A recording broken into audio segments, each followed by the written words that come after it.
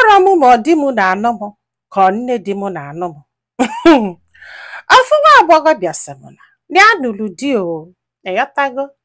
na abanye na family bụ ihe mama ha kwuru bụ final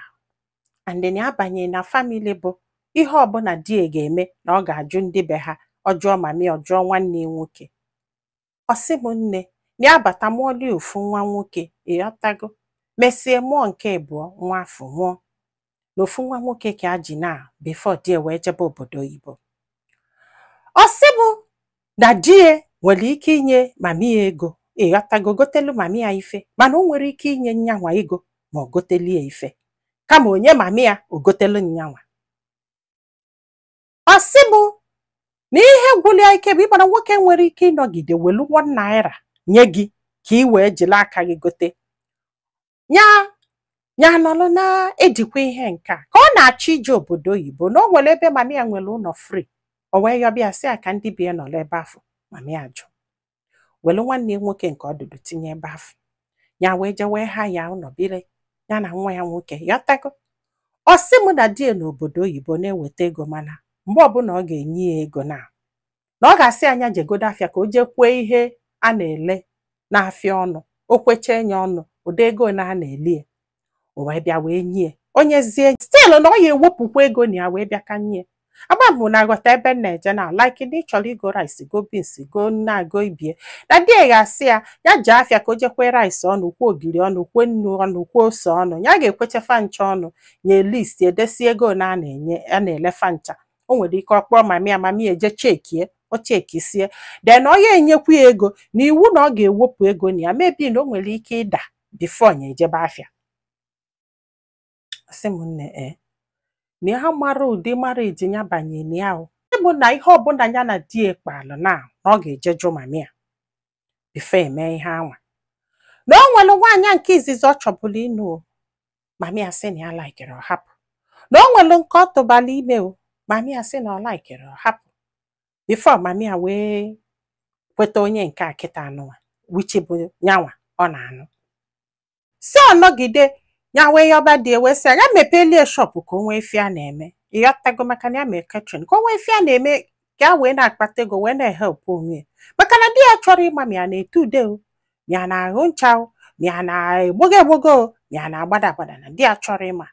Si ya wee yọgide ya si o wee kwalụ wee mepelie shop ya wee bido ile shop a nwoke wee kuchikolu na shop a nụwa shop 150,000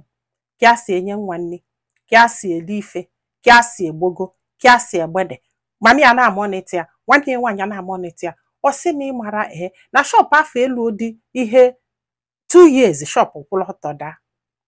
maka gịnị ebe afọ ka a si eme ihe niile. Ọ sị m kịta anụnwa na ha na-achọ ka a chụpụ ya ebe ya bi ya wee na-asị di ya nye n'ihe ego ka a jekwa ụgwọ ụlọ ọzọ because na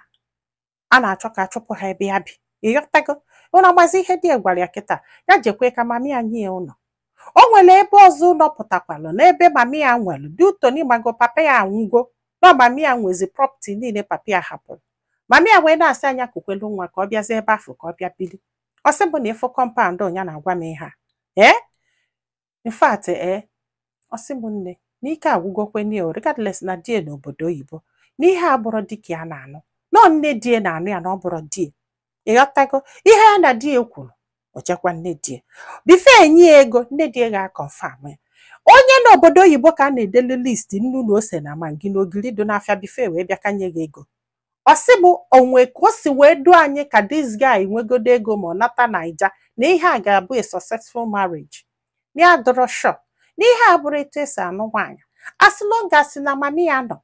ịghọta na mami ya gbogolo mami ya gbadara ya na-eme bụ na ya na-emezi snacks na-ebugharị wee na-enye nwa ya nne wanyị na die n'obodo oyibo na ebe ya nọ kịta for 2 months mana nne die na-agwa ya na ya ga-enye ya ụlọ afọ na Jenụwarị. Ma ọ bụ na 2 months gwụ na kedu ebe fa na-eme expect ka ya nọlụ before nne die wee nye ya ụlọ na Jenụwarị ebe ya ga-ebi. Ọ sị bụ na ike kwụọla ọtọ gwa ya and na ya gbara those things before ya wee nọwa the sky ịmagolo akpọta nke ọjọọ akpọta nke ọjọọ jukwuo ma nwaanyị atụbala ime. Ọ sị m na ihe a na-eche bụ ọ dịkwa ka ọnya jebela onwe ya o ajebela onwe edula ofu nwa ya nwoke anụnwa jee zụbala onwe ka onye nọlụlụ chelu na-edi mgbe di natara. Sị bụ mana ihe a na-eme bifo di ejebe obodo oyibo ma ọ dị unu ka o jesi obodo oyibo nata ma ọ ga-agbanwe. Ọ sị bụ nne na ike kwụọla ọtọ gwa anya wee sị ka amalife ndị mmadụ lụ na ife a chọrọ ịma bụ this marriage na ọdụnụ ka ya work. Ọdụnụ ka di ejesi obodo oyibo ga nata ọ ga-echenji maka na o jere obodo oyibo ka ọdụnụ ka ihe anụgwa ọ na-eme ọ ga-akọntinu. Ke gwara m ike biko. Hai, o nwere ife mgbada ama nnụ.